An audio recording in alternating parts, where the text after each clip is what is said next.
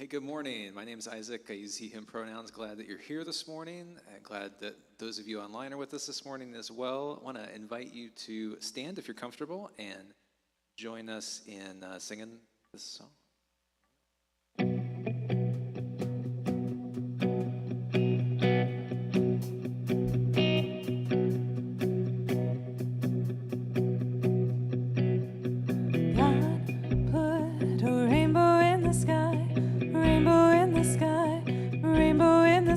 My God put a rainbow in the sky, rainbow in the sky, rainbow in the sky. It looked like the sun wasn't gonna shine anymore.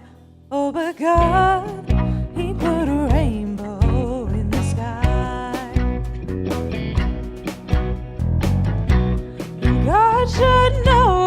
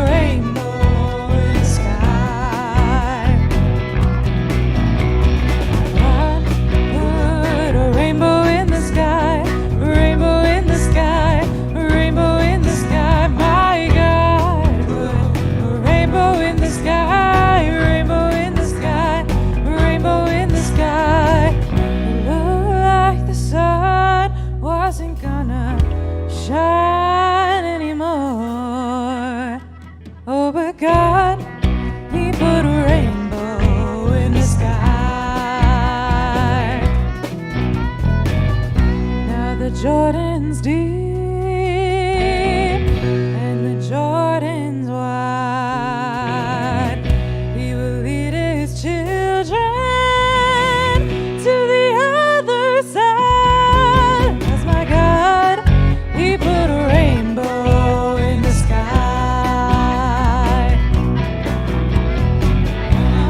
Put a rainbow in the sky, rainbow in the sky, rainbow in the sky. My God put a rainbow in the sky, rainbow in the sky, rainbow in the sky. It looked like the sun wasn't gonna shine anymore.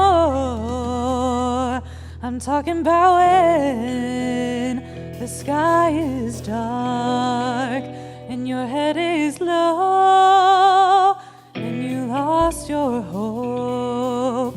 That's right, when God will put a rainbow in the sky. I'm telling you, God, He put a rainbow in the sky.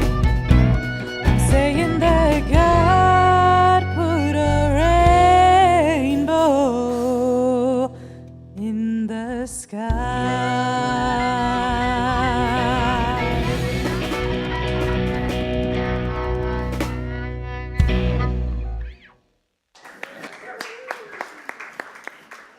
Good morning, Hope Church. Welcome. My name is Greta Long, and I use she, her pronouns. Our lead pastor is still on summer renewal leave, and she will be back on next Sunday on the 27th. And that will be a special Sunday because you will get to hear Jenny and Ryan's story, which I'm very excited to be here for. I want to extend a welcome to the folks joining us online. Good morning, online folks. Our online facilitator this morning is Trisha Herman.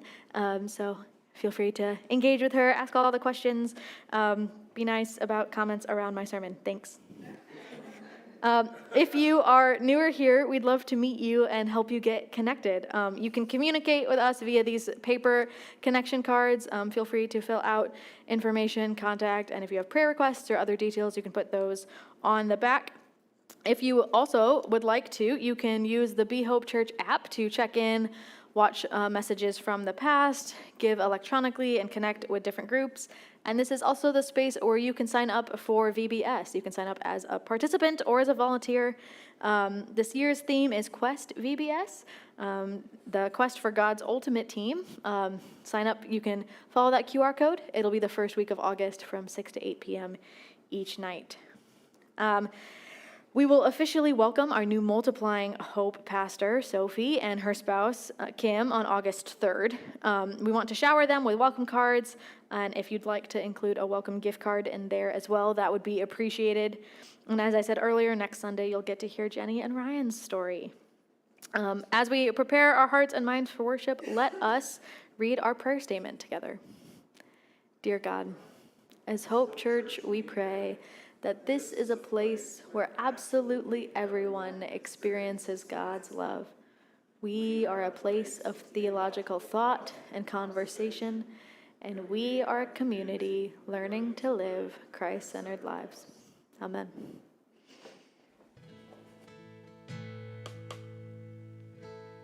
Let's sing this together.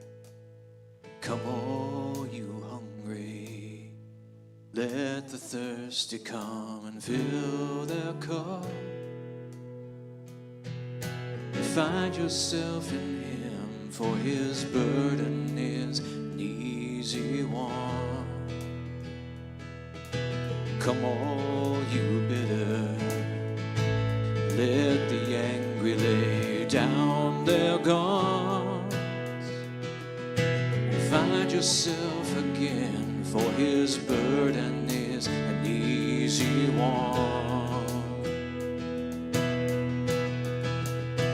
His burden is light, His burden is all. Though we walk through the night, the morning comes. His burden is light, His burden is all, and He will give you rest. For His burden is an easy one.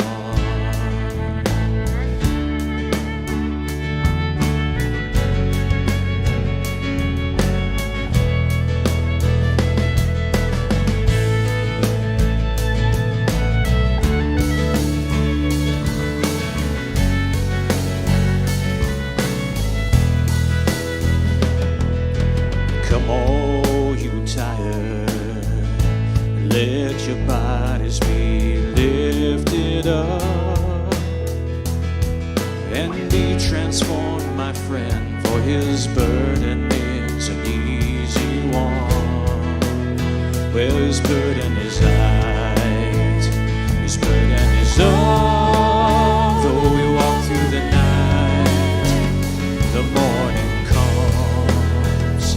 His burden is light, His burden is all, and He will give you rest, and He will give you rest. For His burden is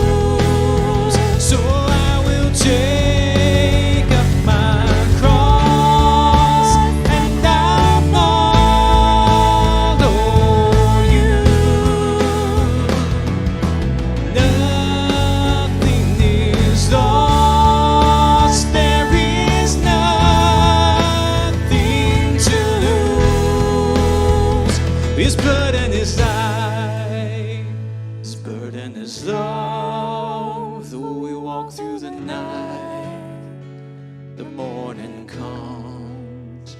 His burden is light, His burden is love. He will give you rest. He will give you rest. And He will give you rest. For His burden is an easy one.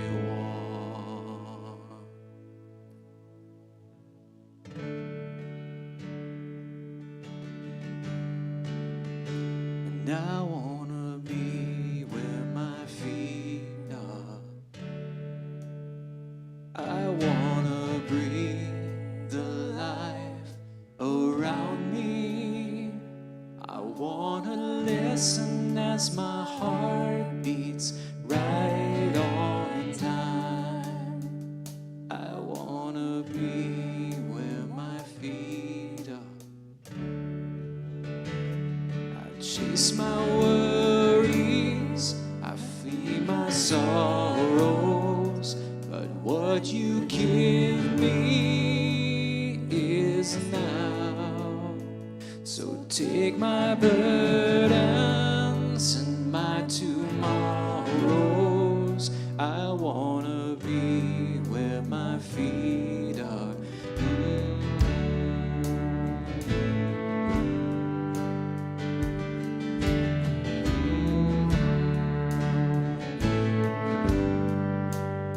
And I wanna be where my feet are.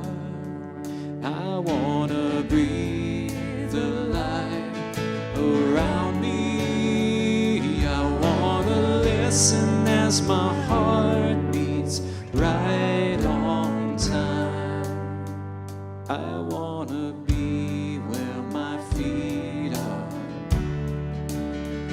I run to capture the next horizon, but what you give me is here, and I get no further, and still I find you. I wanna be where my feet are.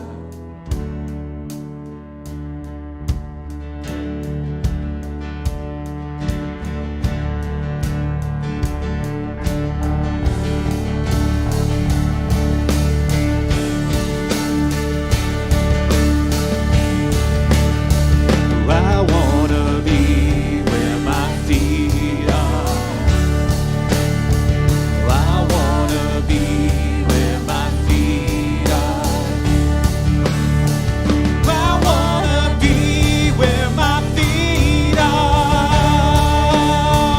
I wanna be where my feet are.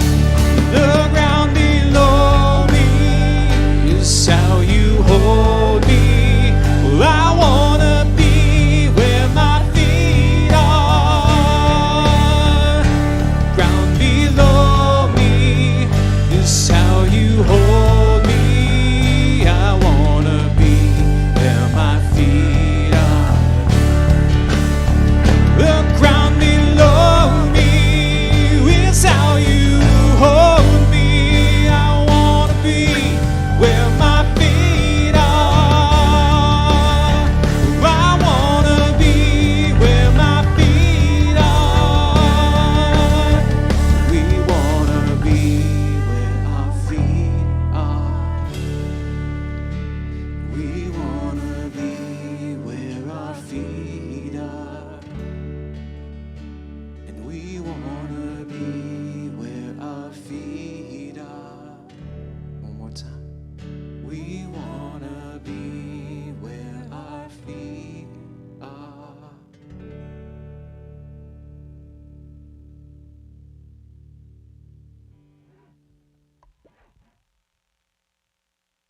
In this part of our service, we set this aside to be a moment where we can be thankful together and grateful together for what is happening in our lives. And sometimes it's a lot of grateful things, and sometimes it's just a little bit, but it is always where our feet happen to be. And this morning, Hope Church is a place where our feet are right now, I hope. And so we can be grateful for this place together. And the offering is an opportunity to do that, whether you're doing paper gifts or you've given during the week online, or it's a regular part of something, or whether you're just here, with yourself and being thankful for being in this place with this group of people together. So as our ushers come and collect that, we'll watch this video talking about that a little bit, and just be grateful together.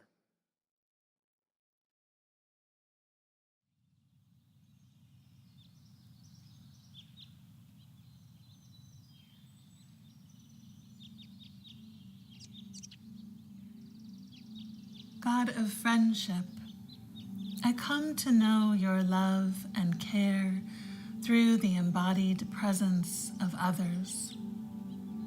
Weave me together with kindred spirits.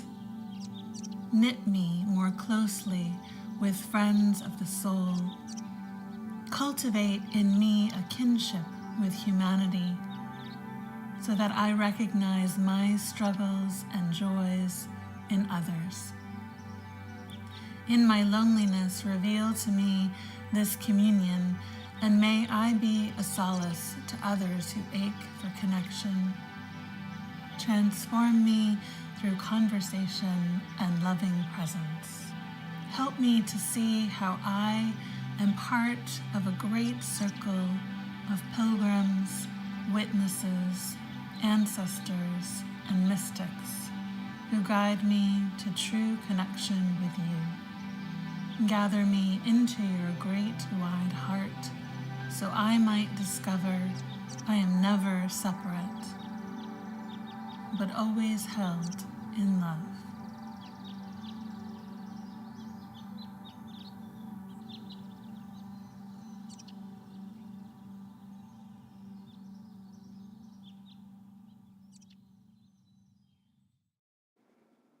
Good morning, Hope. As I said earlier, my name is Greta, and I was here a couple weeks ago on the 6th, and I shared a little bit about the parable of the mustard seed, and then and now I knew I was coming back this week to share my story. And in preparing for this message, I went back and I watched Kyan and Sophie's messages and their stories, and I really appreciated hearing what they have to say, but I still felt a little bit stumped trying to figure out what to share about myself. So, in trying to figure out what to say about me, I found myself reflecting on all of the communities that have shaped my path and companioned me along the way. So, let's start at the beginning. My name is Greta, and I live here in town in Bloomington with my fiance, Nick. There is a photo of him somewhere. There he is. There's me and Nick. We live here in town, and we have 2 cats. Our cat Willow, we affectionately call her our perfect angel baby daughter. She's 12 and the light of my life. And then we also have Waffles. There he is. He's a year old. If you heard Sophie's sermon last week, you know that she shared that their cat Archer shares one brain cell with all the orange cats. Him included, he shares a brain cell with Archer and all the other orange cats of the world. And that's our little family. I grew up in the Quad Cities. I grew up in Moline, Illinois, and I was raised in the UMC. I was adopted. I was born in Romania, and my mom, when she brought me home, the very first place that she took me was to church. She took me and introduced me to the small group she was in and just the church community at large, and you could say that I was kind of the poster child for my home church. I served as an usher on Sunday mornings, as well as singing in the praise band, being the liturgist from time to time. If you've ever been in a church that has acolytes, I did that. I was in the children's choir, I was in the bell choir, I did all the things. Oftentimes you could find me at the church on Sundays, Tuesdays, and Wednesdays, at a minimum. The first community that, in reflecting on my story, that I found has been especially formative for me that I want to talk about is the small group I attended as a child into adolescence. This small group met on Tuesdays, and we would start the meetings with going for a walk or a run for like 30 to 45 minutes. Now, I am not a runner. Never have been, probably never will be. But being in a community that prioritized spiritual and physical health and well-being was really important to me. This small group was comprised of people, mostly my parents' age, so I was often the youngest in the group, but it was one of the earliest intergenerational and interdisciplinary groups that I can remember being a part of. There's the kind of the core number of people. One of the couples in the group had a son who's 7 years older than me, so he was kind of like a big brother, and that was kind of the group.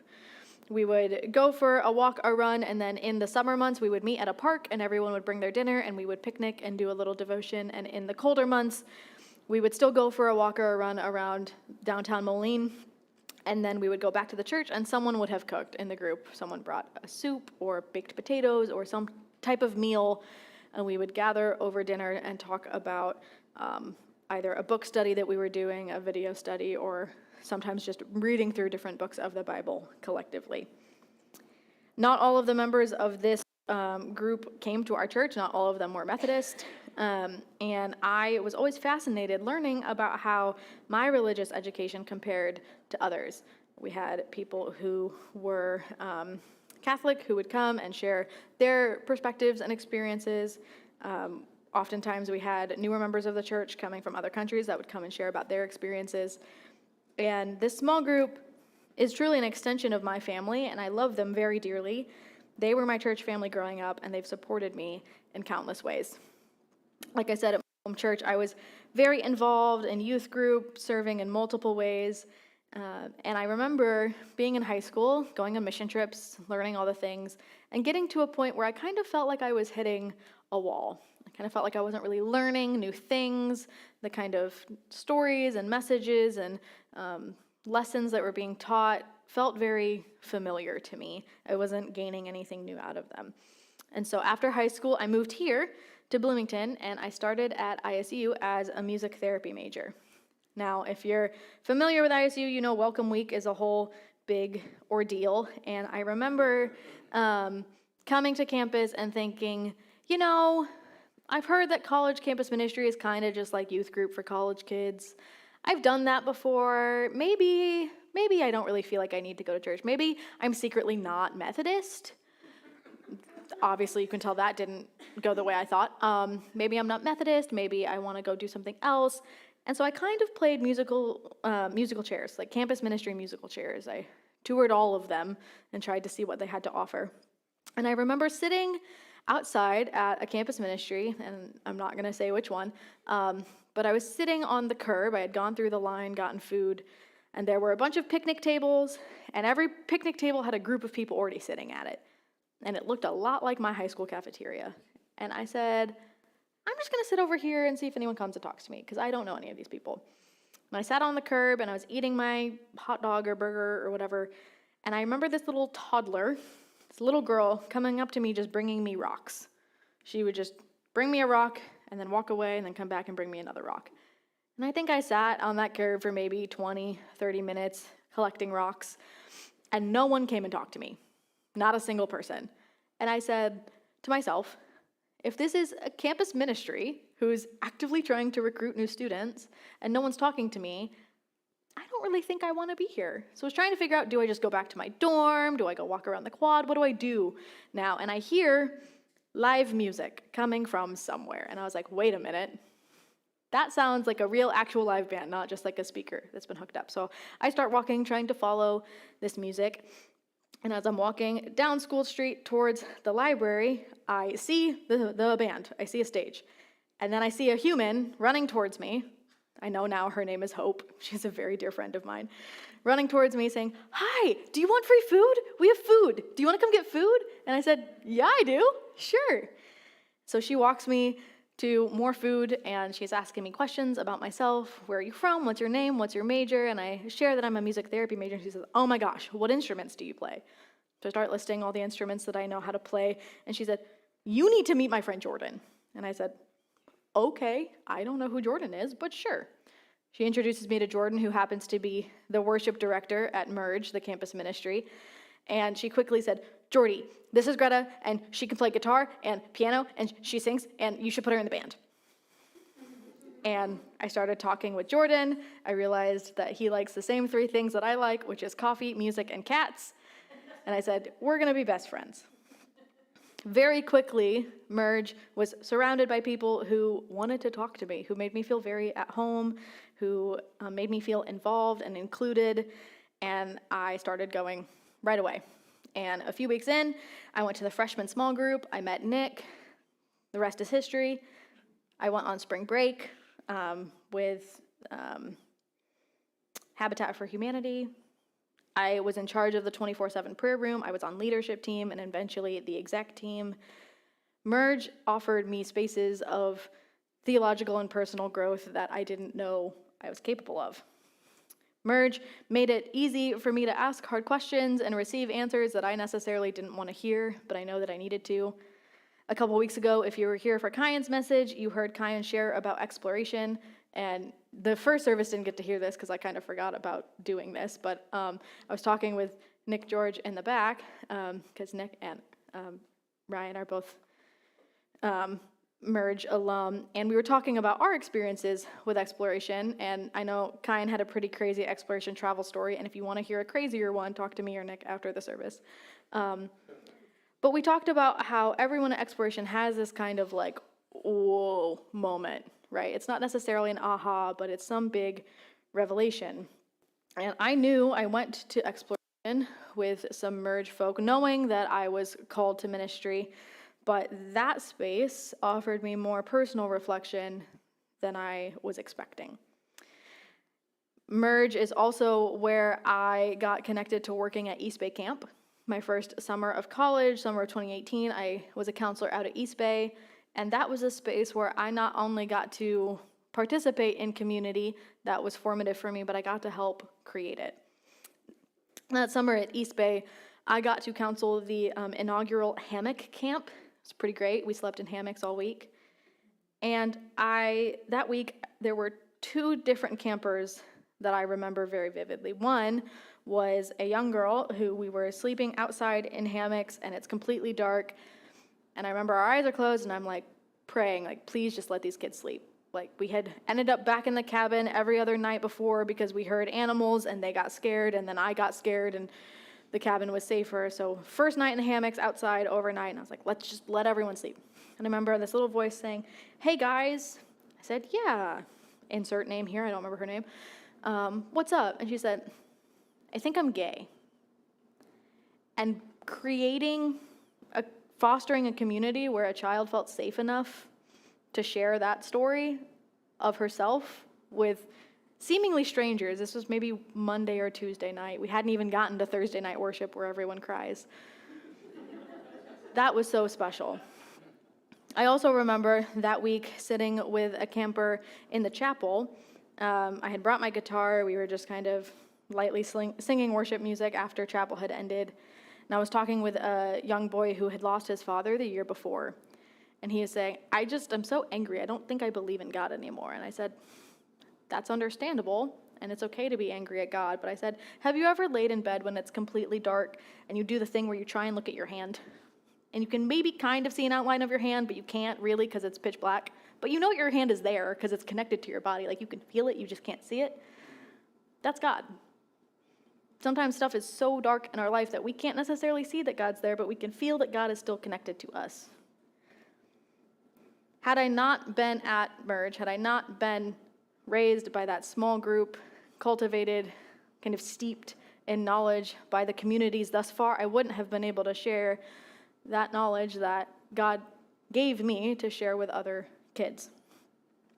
After my summer at East Bay, still involved with Merge, I ended up learning that through the United Methodist Church, you can do internships. So I said, cool, I can get paid to do that. Let's do it. So my first internship was with Wesley United Methodist Church here in town.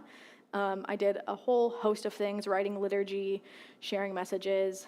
I had the great idea one Pentecost Sunday to drop a giant amount of red balloons from the balcony. That was pretty fun. And then the summer of COVID, I was also an intern.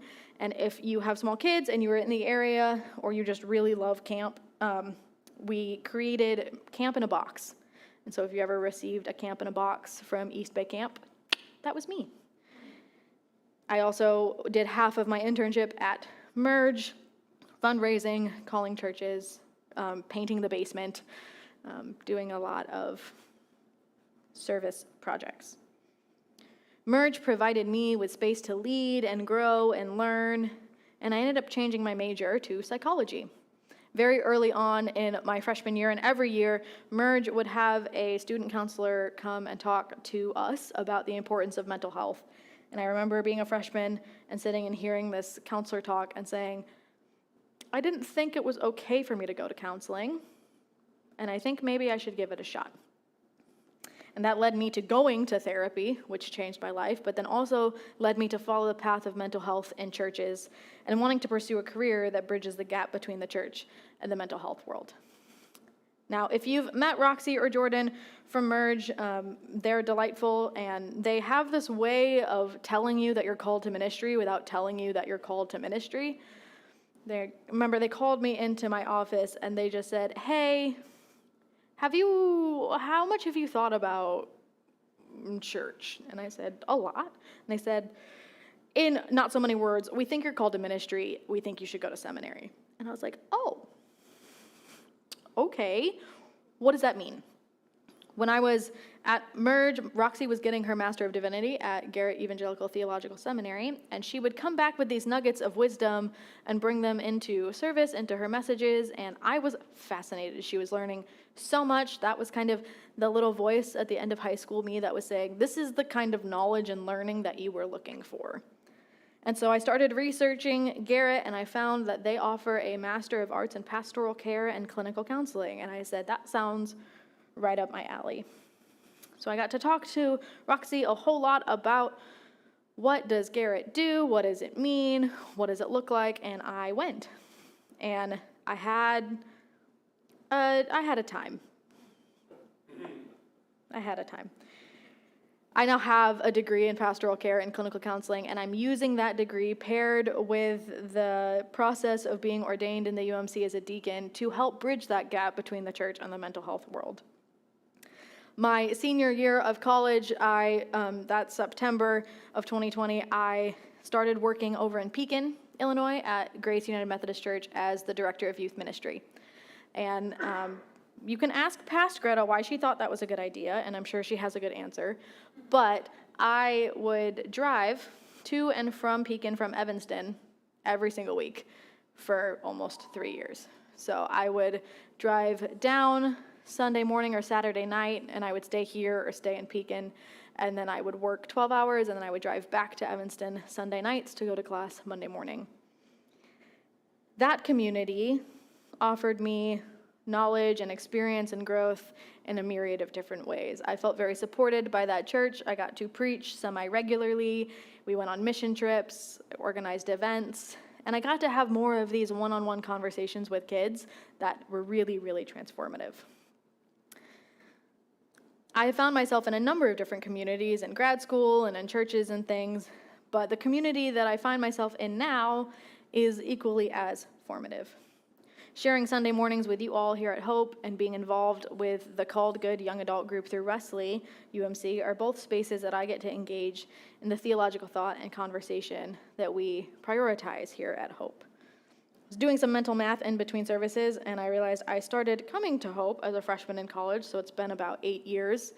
And I very quickly, when Jordan was the worship leader here, joined the band, and I can still remember the very first song I sang at Hope was King of My Heart, and that is still a very special song for me. My story is what it is because of the communities that have supported me and the spaces that have let me grow and learn and fail and grow again. Community is something that I do my best to foster in any of the spaces I find myself in, and I feel grateful to be a part of a church that fosters community first and foremost in their ministry in the world. As you can see, I have a number of tattoos. And one that I have that's on my ankle that's very special to me is for Merge. It is the letter B raised to the power of 3, and it stands for belong, believe, become. And this kind of theme of community from Merge is, I have it on my right foot because I'm right-handed, right dominant, so anytime I step into a new space, I'm leading with that knowledge of everyone here belongs, first and foremost. My goal is to help people find what they believe about themselves, about God, about the world, and then to help people become the versions of themselves that God is calling them to be. Community is vital. In my work as a therapist, one of the first questions I ask people is, what communities do you belong to? Where do you fit in? Where do you feel safest? In therapy especially, but oftentimes in our faith journey, there are times where we can feel like we're being unraveled. We start pulling at this thread. I pulled at a number of threads thinking about my story and the way that I can see fingerprints of the divine on my life. And I did feel a little bit of this unraveling of, oh, there's so many stories I can tell. How am I going to fit them all into one message? But also some of that unraveling feels scary. But we are a tapestry woven together of threads from all different communities, all different spaces and colors and shapes and sizes. And as we unravel, we begin to see just what kind of thread our tapestry is made of. Community is something that we all are searching for, and it's often something that we all already belong to. I personally am anticipating joining the larger community of the UMC as I continue the ordination process, and I'm very excited to find new and exciting ways to create spaces of community that will continue to develop my call and help other people experience God's presence in the way that speaks most to them. Something that I find so important about Hope's community is this understanding that we all belong here, and that community isn't something that's only rainbows in the sky, as we sang earlier. Community sees you through your darkest times, reminds you that God is the hand that is connected to you at all times. Community is there in the good and the bad. After my mom adopted me, that small group showed up and mowed her lawn and brought her food and took me to do things. In college, all the trials and turmoils that come from being a college kid, Merge was a space where I could go to the Merge basement in the Normal First Church, and if I needed to, take a nap on the world's comfiest couches I've ever had the pleasure of sitting on, or if I needed to go into Roxy's office and just lay down on the floor and have some floor time, or sit in the prayer room and cry and journal and talk to God and talk to myself. Merge was a space that helped me through all the messiest parts of life and helped me figure out what was good. This community from the Pekin Church and the community that I find myself in now have been helpful in figuring out what it's like to be an adult, what it's like to take ownership of my story, to take over penmanship, to share and co-author that story with God.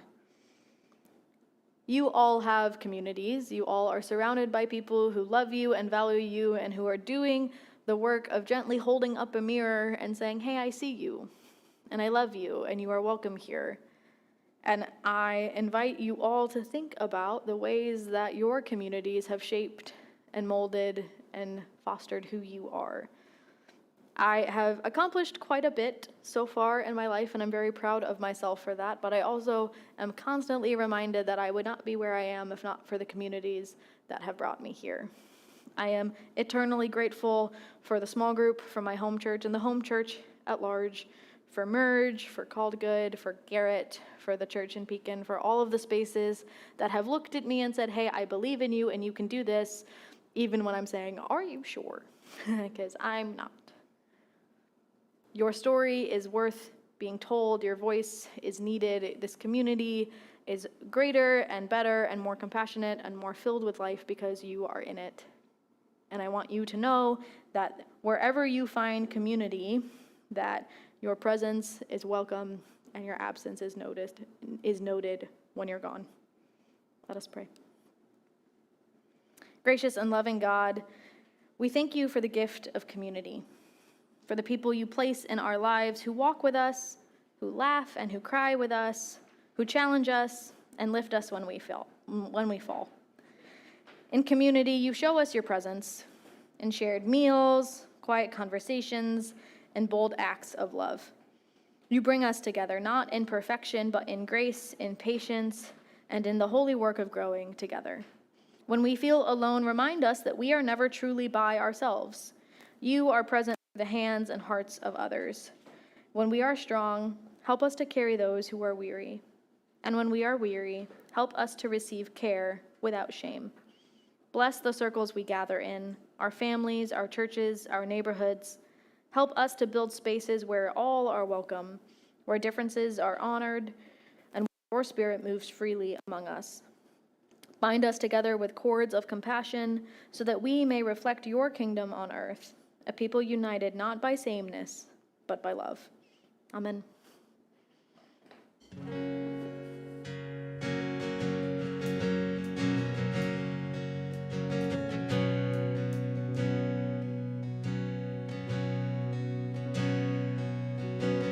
Bring your weary bones, tired from the load. There's rest for you here.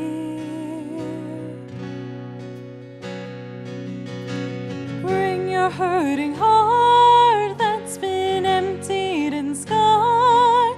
There's nothing to fear. We all belong here.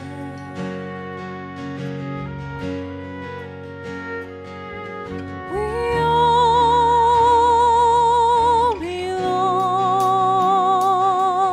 here.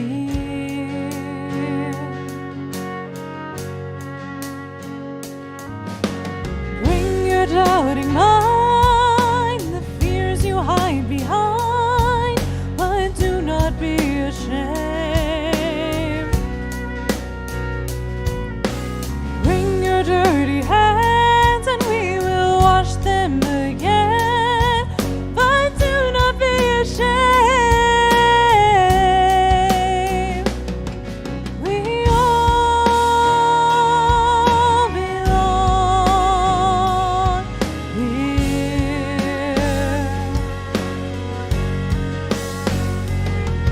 We all belong here. We all belong here. We all belong here.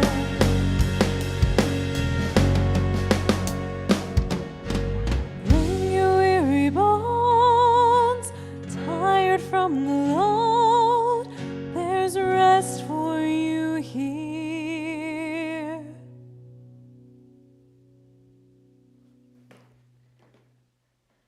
As you go from this place this week, I invite you to look at the communities that you're already surrounded by.